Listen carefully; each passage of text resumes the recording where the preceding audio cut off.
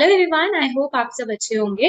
आज हम करने वाले हैं concept of child centred and progressive education का एक नया टॉपिक, जो कि सीटेट और बाकी सारे टीचिंग एग्जाम्स के लिए इंपॉर्टेंट रह सकता है। स्टार्ट करते हैं। एक विदाउट वेस्टिंग टाइम सिर्फ 15 सेकेंड्स लेंगे। Concepts of development we have done, principles of development of children भी हो गया है, influence of heredity and environment भी हो चुका है, सोशलाइजेशन भी हम लोग कर चुके हैं। राइट, पियाजी, कोलबर्ग, वेगोस्की की थ्योरी एक ही में मैं आपको दे चुकी हूँ। राइट, आज हम करने वाले हैं concept of child centred and progressive education. एक चीज और बताना चाहूंगी, इंटेलिजेंस की जो थ्योरी है, ये दोनों थ्योरी भी मैं ऑलरेडी चैनल पे डाल चुकी हूँ, तो ये भी आप जाके देख सकते हैं। राइट, इसके बाद जो हमारा टॉपिक होगा वो लैंग्वेज एंड थॉट का होगा। Right, let's start the video. Concept of child centred and progressive education. देखिए, अगर मैं आपको बोलूं कि आप पेरेंट है या आगे जाके पेरेंट बनेंगे, तो जो चाइल्ड सेंटर्ड एजुकेशन है, बच्चे को मेन रखते हुए आपने बच्चे की एजुकेशन करानी है। ये नहीं कि टीचर आए बोल के चली जाए और बच्चे ने कुछ सुना या नहीं सुना, ऐसी एजुकेशन है। तो आपके अकॉर्डिंगली जो चाइल्ड सेंटर्ड एजुकेशन होगी वो कैसे होनी चाहिए कि चाइल्ड को प्रायोरिटी पे रखे। हमारे लिए चाइल्ड की लर्निंग प्रायोरिटी पे है, चाइल्ड का इंटरेस्ट प्रायोरिटी पे है, चाइल्ड की लर्निंग में मीनिंग आना चाहिए कि चाइल्ड ने मीनिंगफुल लर्निंग करी भी है या नहीं करी है। चाइल्ड का रियल पोटेंशियल, आप देखते हैं ना स्कूल में को करिकुलर एक्टिविटीज होती है, जिसमें एनुअल फंक्शन में सबसे ज्यादा देखा जाता है कि कुछ बच्चे डांस में अच्छे होते हैं, कुछ बच्चे सिंगिंग में अच्छे होते हैं, अगर कभी बीच में पेंटिंग कंपटीशन है तो कुछ पेंटिंग में अच्छे होते हैं। तो बेसिकली हमें ओवरऑल डेवलपमेंट करानी है बच्चे की। ये जो है ना, that is the child centre. हमने बच्चे को नजरिए में रखते हुए उसकी ओवरऑल डेवलपमेंट कराई। वो फिजिकल हेल्थ से भी रिलेट हो सकती है, मोरल वैल्यूज भी हो सकती है, स्पिरिचुअल एरियाज में भी हो सकती है। तो हम बोल सकते हैं कि जो चाइल्ड सेंटर्ड एजुकेशन है, इसमें हम क्या कर रहे हैं, इसके अंदर हम क्या कर रहे हैं, इसके अंदर बच्चा अपने एक्सपीरियंसेस से लर्न कर रहा है। राइट, बच्चा अपने एक्सपीरियंसेस से लर्न कर रहा है। So it provide for the full freedom for natural growth. मतलब बच्चे की नेचुरल ग्रोथ में फुल्ली फ्रीडम दी गई है, और बच्चे को ही प्रायोरिटी में रखकर, बच्चे के ही इंटरेस्ट को सामने रखकर बच्चे की लर्निंग कराई जा रही है। आई होप ये क्लियर होगा। नाउ, अब प्रोग्रेसिव एजुकेशन किसने दिया था? सबसे पहले ये ध्यान रखिएगा, who was the father of progressive education? He was John डुवी।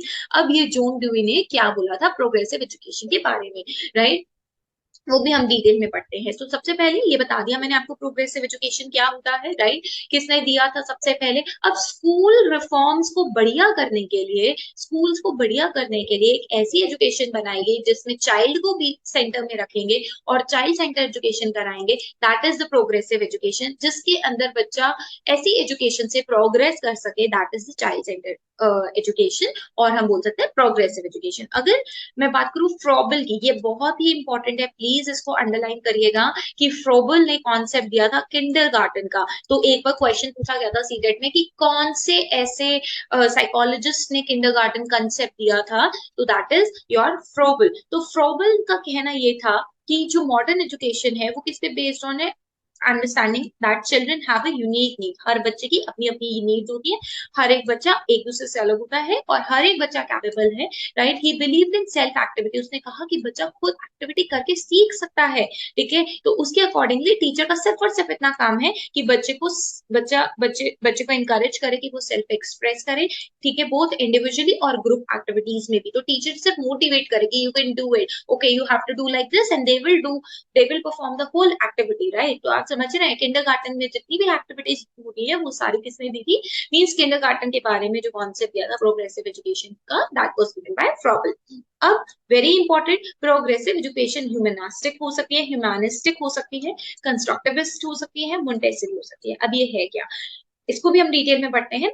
बस थोड़ा सा ये पढ़ लीजिए कि ह्यूमनिस्टिक होगा जो आर्ट्स और सोशल साइंस से रिलेटेड होगा, कंस्ट्रक्टिविस्ट जिसमें बच्चा अपनी नॉलेज को खुद क्रिएट कर रहा है, और मोंटेसरी जिसमें टीचर फैसिलिटेटर्स का काम करेंगे। तो सीटेट में या कोई भी टीचिंग एग्जाम में पूछता है कि टीचर क्या है? टीचर फैसिलिटेटर है। टीचर ने सिर्फ और सिर्फ फैसिलिटेट करना है, असिस्ट नहीं कहूंगी, मीन्स फैसिलिटेट बच्चों को सिर्फ और सिर्फ। आपने विगोस्की की अगर थ्योरी पढ़ी है तो उसमें क्या है कि टीचर को सिर्फ मोर नॉलेजेबल अदर की तरह काम करना है, और बच्चा अपने आप ही क्या करेगा? अपने आप ही कंस्ट्रक्ट करके अपनी नॉलेज बनाएगा। राइट, अब बात करते हैं ह्यूमनिस्टिक की। तो ह्यूमनिस्टिक क्या है? It is also a person centered education.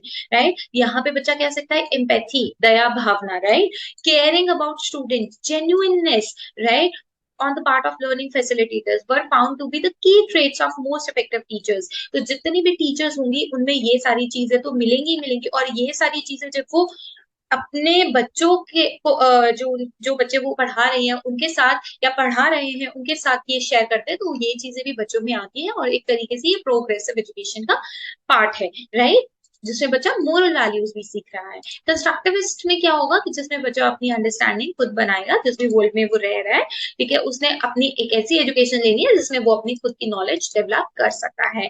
Maria Montessori ने चाइल्ड डायरेक्टेड अप्रोच में ये कहा है कि ये प्राइमरी लेवल का मोंटेसरी एजुकेशन है, जिसके अंदर बच्चे को साइंटिफिक ऑब्जर्वेशन से मींस इस तरीके से पढ़ाई करवाई जाएगी। आपने सुना होगा मोंटेसरी स्कूल्स होते हैं, तो मोंटेसरी स्कूल छोटे बच्चों के लिए होते हैं, प्राइमरी लेवल स्कूल के लिए, जहाँ पे बच्चों का ओवरऑल डेवलपमेंट करवाया जाता है, ठीक है। एंड बेसिकली ओवरऑल डेवलपमेंट के अंदर अंदर उसको हर एक तरीके से पढ़ाया जाता है कि वो अपनी लैंग्वेज को खुद कंस्ट्रक्ट करे, and this is also a part of progressive education, right. So I hope ये आपको क्लियर हो गया होगा। Thank you so much for watching. Please do hit the like button, subscribe the channel. Thank you.